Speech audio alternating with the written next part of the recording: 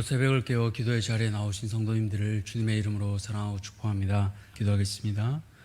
살아계신 하나님 은혜에 참 감사합니다. 오늘 하루도 우리를 깨우시고 새 생명 더하여 주셔서 이 하루 허락하여 주시니 감사합니다. 하나님, 바라기는 오늘 이 하루가 우리의 배가 신인 사람들이 아니라 하나님을 주인으로 모시며 하나님의 거룩한 청지기로 살아갈 수 있는 하루 되기를 간절히 소원합니다. 그렇게 하기 위하여 성령 충만하게 하시고 날마다 우리 안에 계신 성령의 뜻을 따라 하나님이 기뻐하시는 뜻을 향하여 나아가는 거룩한 주의 모든 성도 되도록 하나님 은혜 베풀어 주시옵소서. 하나님 세우신 지도자를 위하여 기도하길 원합니다. 하나님 특별히 출타 중인 담임 목사님 위에 함께 하셔서 미국 일정 가운데 동행하여 주시기를 간절히 소원합니다. 가족들 가운데 함께 하시고 사모님과 두 딸 가운데 은혜를 베풀어 주셔서 하나님 건강이 속히 회복될 수 있도록 은혜 베풀어 주시옵소서. 한국에 남아있는 형신이 가운데도 은혜를 더하여 주셔서 떨어져 있는 가운데 하나님 함께하여 주시고 마음과 생각을 늘 지켜주시기를 간절히 소원합니다. 세우신 원로 목사님 가정 가운데 함께하여 주시고 날마다 건강을 더하여 주시길 간절히 소원합니다. 또 원로 목사님에게 강단을 허락하실 때마다 언제나 힘있고 바르게 말씀을 전하는 귀한 목사님 되게 은혜 베풀어 주시옵소서. 하나님 또 부교육자들 가운데 함께하여 주셔서 하나님께서 허락하여 주신 귀한 사명을 따라 살아가게 하여 주시고 하나님의 몸된 교회를 합력하여 귀하게 세워나가는 거룩한 동력자들 되게 은혜 베풀어 주시옵소서. 직분자들을 위하여 기도합니다. 하나님께서 직분을 맡기심은 교회를 섬기기 위함임을 날마다 기억하며 하나님 헌신과 또 희생이 거룩한 기쁨이 되게 하여 주시고 하나님 이들에게도 날마다 하나님이 주시는 거룩한 기쁨이 흘러넘칠 수 있도록 은혜 베풀어 주시옵소서. 직분자 투표를 앞두고 있는 가운데 있습니다. 하나님 직분을 바로 이해하게 하여 주시고 하나님의 거룩한 뜻을 따라 교회를 무엇보다 헌신하며 섬기며 날마다 기도와 말씀으로 세워가는 귀한 자들이 세워질 수 있도록 은혜 베풀어 주시옵소서. 일로 인하여 교회가 어려움 겪지 않게 하여 주시고 오히려 든든히 서 나가는 귀한 기회가 될 수 있도록 하나님 은혜를 더하여 주시길 간절히 소원합니다.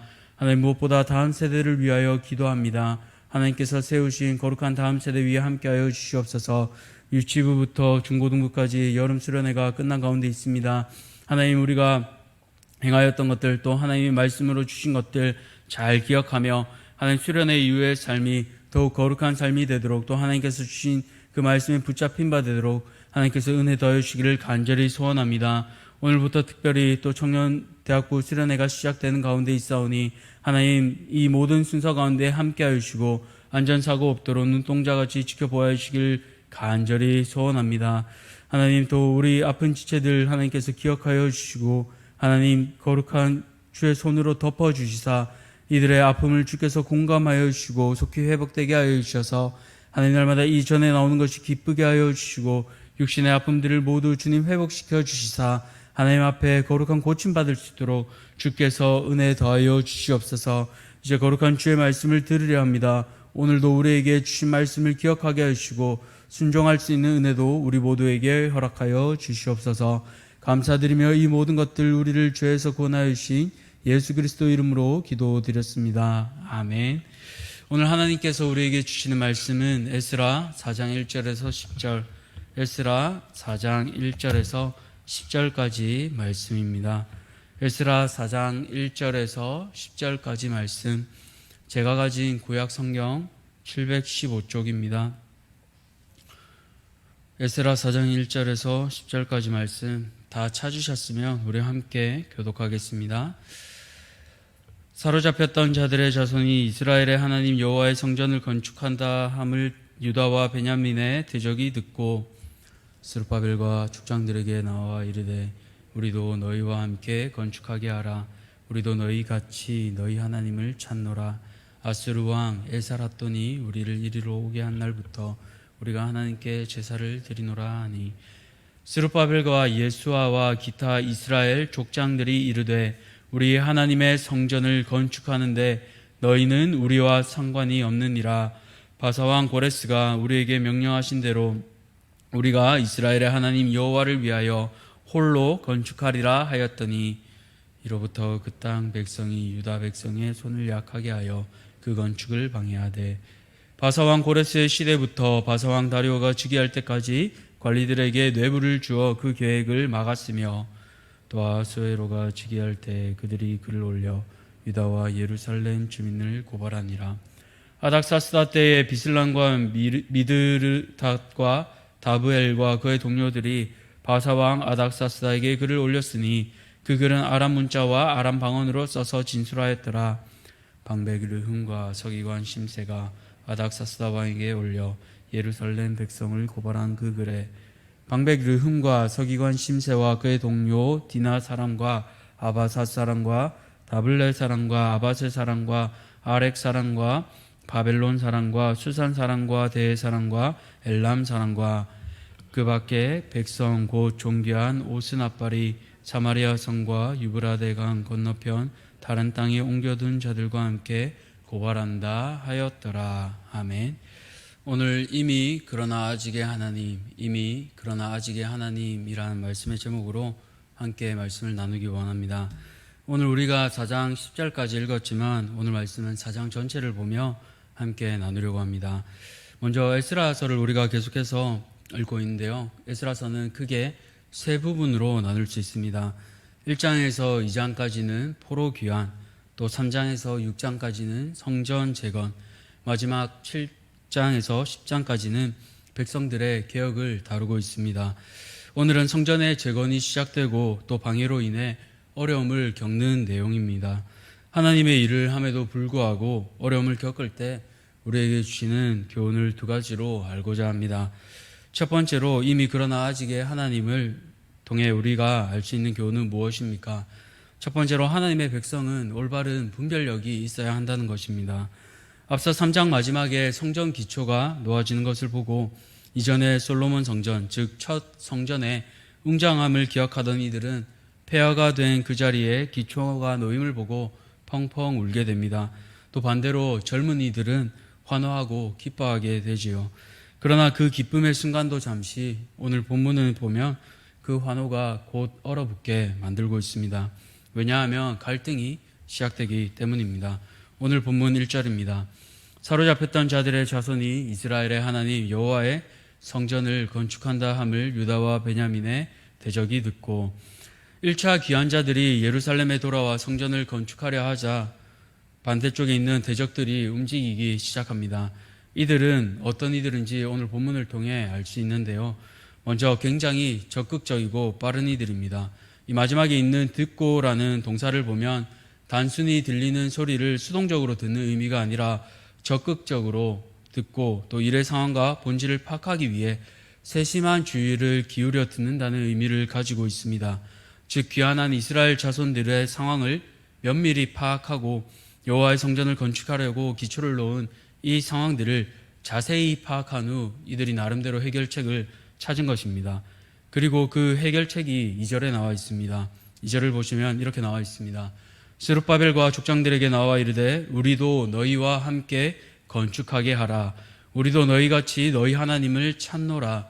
아수르 왕 에사라돈이 우리를 이리로 오게 한 날부터 우리가 하나님께 제사를 드리노라 하니 이들은 굉장히 적극적이며 친근하게 말하고 있습니다. 우리도 너희와 함께 건축하게 하라. 이렇게 얘기하며 공통점을 부각시킵니다. 무엇입니까? 우리도 너희같이 너희 하나님을 찾노라라고 얘기하고 있습니다. 언제부터냐? 아스르 왕 에사라돈이 여기 오게 한 날로부터 자신들도 하나님께 예배하고 있다는 것입니다. 즉 자신들도 여호와 신앙을 가진 자요 오랫동안 예배드리며 신앙생활을 했다라고 말하고 있는 것입니다. 그런데 본질은 어떠할까요? 사실 이들은 순수한 여호와 신앙이 아니라 혼합주의자들입니다. 열왕기하 17장 24절을 보시면 여기에 대한 배경이 있습니다. 2절에 나오는 이 아수르의 에사라돈 왕은 우리가 잘 아는 히스기야와 싸웠던 사네립 왕의 아들입니다. 그는 이스라엘 백성들을 포로로 잡아 사마리아로 끌고 오고 그 비어있는 땅에 바벨론, 하맛, 스발와임 등 다른 민족들을 원래 이스라엘 백성들이 살던 땅으로 데려와 정착해서 살도록 했습니다. 아수르의 이민 정책을 쓴 것입니다. 그러자 하나님께서는 이것을 보시고 이방 민족들을 가만두지 않으시고 사자들을 보내어 물고 뜯어 죽이게 하셨습니다. 이것으로 인해 이방 민족들은 아수르 왕에게 알리게 되고 여기에 대한 대책으로 아수르 왕은 이스라엘 제사장 한 명을 보내어 하나님께 예배하는 방법을 이 민족들에게 가르쳤습니다. 그런데 기본적으로 다른 신을 섬기던 이들이 온전히 하나님께 예배할까요? 그렇지 않습니다. 이들은 유일하신 하나님을 다른 신들 중에 그저 하나로 섬겼습니다. 비록 이스라엘 제사장에게 예배 드리는 방법은 배웠지만 유일신 신앙을 가지지는 못했습니다. 이들에게 하나님은 여전히 이방신들 중에 하나인 것입니다. 열왕기하 17장 33절은 이 상황을 이렇게 기록하고 있습니다. 이와 같이 그들이 여호와도 경외하고 또한 어디서부터 옮겨왔던지 그 민족의 풍속대로 자기의 신들도 섬겼더라. 이처럼 다양한 신을 섬기는 그 습관이 그 땅 가운데 계속해서 흘러왔습니다. 이들은 민족도 다르고 섬기던 신, 즉 신앙도 다릅니다. 같은 신앙을 가진 것 같지만 사실은 전혀 다른 이들인 것입니다. 그런 이들이 오늘 우리도 함께 건축하게 해줘라고 하는 것입니다. 성도님들 같으면 어떻게 하시겠습니까? 성전을 짓는 것이니 비용도 많이 들고 인력도 많이 필요할 것입니다. 이럴 때 먼저 도와달라고 해도 모자랄 판국에 먼저 도와준다고 하니 얼마나 감사한 일입니까? 그런데 잘 생각해보면 이들의 다른 숨은 불순한 의도가 있습니다. 왜 기존에 이 땅에 있던 대적들은 1차 포로 귀환 자들에게 이렇게 선심을 쓰는 것처럼 얘기하고 있는 것일까요? 그것은 바로 그들의 기득권과 관련되어 있기 때문입니다. 이들은 이미 유다 백성들이 포로로 끌려가고 오랫동안 그 자리를 차지하며 살아왔습니다. 그런데 이제 원래 거주자였던 포로 귀환 자들이 돌아오니 혹시나 자기 땅을 돌려달라고 할까봐 두려운 것입니다. 어떻게 보면 미리 선수를 치고 있는 것이지요. 그런 이들에게 포로 귀환자인 리더들이 단호하게 얘기합니다. 3절입니다. 스룹바벨과 예수아와 기타 이스라엘 족장들이 이르되 우리 하나님의 성전을 건축하는데 너희는 우리와 상관이 없느니라. 바사왕 고레스가 우리에게 명령하신 대로 우리가 이스라엘 하나님 여호와를 위하여 홀로 건축하리라 하였더니 포로 귀환자들의 리더들은 이들의 불순한 의도를 알아차리고 거절합니다. 먼저는 왕의 명령을 말하며 얘기합니다. 바사왕 고레스는 사마리아 사람들이 아닌 포로로 있던 이스라엘 포로 귀환자들이 건축하도록 명령했습니다. 그렇기에 대적자들은 상관이 없는 셈입니다. 무엇보다 뒤에 주체인 우리를 강조하고 있는데요. 히브리어 동사에는 인칭이 포함되어 있습니다. 그래서 따로 주어를 적지 않는데요. 오늘 원문에는 우리를 다시 한번 기록하며 강조하고 있습니다. 이것은 대적인 사마리아인들과 구별하고 있는 것입니다. 우리라는 말 안에 여호와 신앙을 가진 자들이란 뜻이 포함되어 있는 것입니다. 이것을 뒷받침하며 강조하고 있는 단어가 또 뒤에 나와 있는 홀로라는 단어입니다. 홀로는 히브리어로 야하드라고 하는데요. 성경에서 11번밖에 나오지 않습니다. 이 뜻은 유일한 뜻을 가지고 있는데 특별히 세상을 구원하시기 위해 인간으로 이 땅에 오신 그 하나님의 유일성을 나타내는 단어입니다. 이 단어를 표현하며 신앙의 순수성을 잃어버린 사마리아 공동체와 달리 유일한 한 분인 여호와 하나님만 섬기겠다는 단호한 결의가 오늘 3절에 포함되어 있는 것입니다. 사랑하는 성도님들, 하나님의 사명을 감당하기 위해 우리는 지혜로워야 하겠습니다. 겉보기에 좋아 보이는 조건들, 또 우리를 돕는 것 같은 조건들이 있어도 그 속에 숨은 의도를 우리가 잘 깨달아야 하겠습니다. 예수님께서도 우리에게 말씀하셨지요. 너희는 뱀같이 지혜롭고 비둘기같이 순결하라 라고 말입니다. 우리에게 주어진 상황 가운데 또 순수한 신앙을 잘 지키기 위해서는 지혜롭게 분별하는 것이 필요합니다. 오늘 하루 우리에게 분별력을 주시도록 기도하시기 바랍니다. 두 번째로 이미 그러나 아직의 하나님을 통해 우리에게 주시는 교훈은 무엇입니까? 바로 세상의 방법에 동화되지 말고 하나님을 의지해야 합니다. 오늘 본문 4절부터 23절까지는 거절당한 사마리아 공동체가 한 일이 드러나고 있습니다. 어떤 방법입니까? 4절을 보시면 그 땅 백성이 유다 백성의 손을 약하게 하여 건축을 방해하되 라고 나옵니다. 손을 약하게 했다는 것은 능력이나 의욕을 꺾었다는 말입니다. 또 뒤이어 나오는 방해하다의 원어의 뜻은 두려워하다, 또 놀라다라는 뜻을 가지고 있습니다.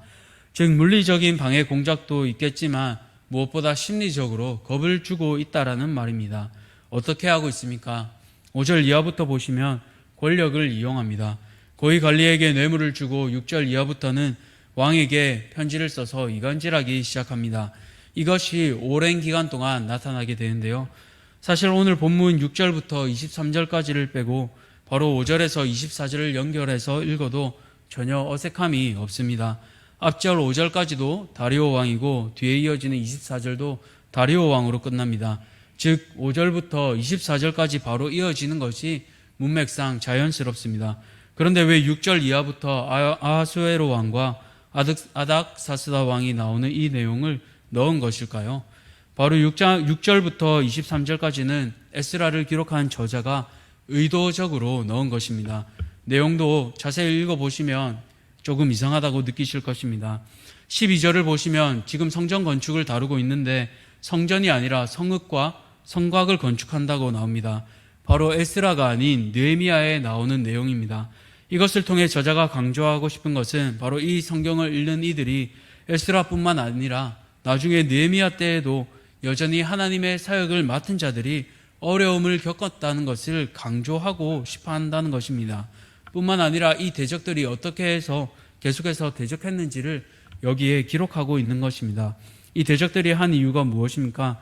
보시면 바사왕에게 두 가지 이유로 설득하고 있습니다. 첫 번째로 13절을 보시면 성읍과 성곽을 완공하면 이 무리가 다시는 조공과 관세와 통행세를 바치지 않겠다라고 그렇게 얘기하고 있습니다. 결국 왕에게 손해가 된다는 것이죠. 한마디로 경제적으로 왕이 어려움을 겪을 수 있다고 이간질하고 있습니다. 두 번째로는 항상 유다 백성들이 반역했다고 말하는데요. 15절을 보시면 이렇게 말하고 있습니다. 이 성읍은 패역한 성읍이라 예로부터 그 중에서 항상 반역하는 일을 행하여 왕들과 각도의 손해가 된 것을 보시고 아실지라 이 성읍이 무너짐도 이 때문이니이다 라고 말입니다. 이렇게 이간질을 통해 이들은 그들의 목적을 성취하게 됩니다. 결국 왕들을 통해 공사가 그치고 성을 건축하지 못하도록 합니다. 그리고 24절을 보시면 성전 공사도 다리오 왕 제2년까지 중단되게 됩니다. 포로 귀한 자들의 마음이 어떨까요? 온 재산을 다 팔고 하나님의 전을 건축하겠다는 일념하에 여기까지 왔는데 거의 약 18년 동안 이 일들이 모두 멈추어 버렸습니다. 성전을 건축하고 싶어도 바사 왕이 막아버렸습니다. 건축하려면 오해를 받아 다시 본국에 체포되어 돌아갈지 모릅니다. 목숨을 잃어버릴 수도 있습니다. 의욕을 상실할 수밖에 없는 상황입니다. 참 허무하지 않습니까? 그런데 이처럼 오늘 4장까지만 말씀을 읽으면 우리도 안타까움을 금할 수 없는 것 같습니다. 그러나 하나님께서는 멈춘 것 같아 보여도 여전히 일을 진행하고 계십니다. 아직인 것 같지만 이미 하나님의 그 일들을 시작하고 계십니다. 그 일이 바로 5장에 나타나게 됩니다. 5장 본문을 월요 새벽에 진행되게 됩니다. 그러니 조금 기대하는 마음을 가지시고 월요일 새벽에 이 자리에 나와 함께 만나기를 소원합니다. 어쩌면 우리의 삶도 이럴지 모르겠습니다. 4장의 상황만 보면, 오늘 우리가 읽은 이 본문만 보면 참 먹먹한 상황에 멈춰 있는 것 같습니다. 그런데요, 에스라서가 10장까지 진행된 것처럼 하나님께서도 멈춰버린 이 시간처럼 보이는 이때 여전히 일하고 계십니다. 그분의 시간 안에서 성실하게 한치의 오차도 없이 일하고 계십니다. 그렇기에 반전이 기다리고 있습니다. 그러니 우리 지금의 현실의 어려움이 아닌 눈을 들어 일하고 계신 그 하나님의 손을 힘있게 의지하시기 바랍니다. 시편 37장 38절에서 40절에는 이렇게 말하고 있습니다. 범죄자들은 함께 멸망하리니 악인의 미래는 끊어질 것이나 의인들의 구원은 여호와로부터 오나니 그는 환난 때에 그들의 요새이시로다. 여호와께서 그들을 도와 건지시되 악인들에게서 건져 구원하심은 그를 의지한 까닭이로다. 아멘. 말씀을 맺겠습니다. 하나님께서는 여전히 보이지 않는 그때에도 여전히 일하고 계십니다. 그러니 악인의 미래는 끊어집니다. 의인들을 도와 건지십니다. 이는 하나님을 의지하기에 그렇습니다. 그렇기에 오늘 두 가지를 기억하시기 바랍니다. 하나님의 일을 할 때 바른 분별력을 주시도록 기도하시고 낙심되는 상황 가운데서도 사람이 아닌 하나님을 의지하시기 바랍니다. 비록 사람이 우리의 손을 약하게 할지라도 그 약한 손을 들어 강하게 하시는 분은 하나님이십니다. 하나님의 강하고 오른팔이 우리를 붙잡아 인도하실 때 가장 선하게 역사하실 줄 믿습니다. 바로 그 능력의 하나님을 믿고 의지하며 사랑하는 성도님들 되시기를 주님의 이름으로 간절히 축복합니다. 기도하겠습니다. 살아계신 하나님 참 감사합니다. 어떤 일들을 볼 때 아직인 것 같이 보이지만 이미 그러나 일하고 계시는 그 하나님을 돌아보기를 간절히 소원합니다. 하나님, 사람이 우리의 손을 약하게 할지라도 우리의 그 약한 손을 들고 일하시는 분은 주의 강하고 의로운 팔임을 기억합니다.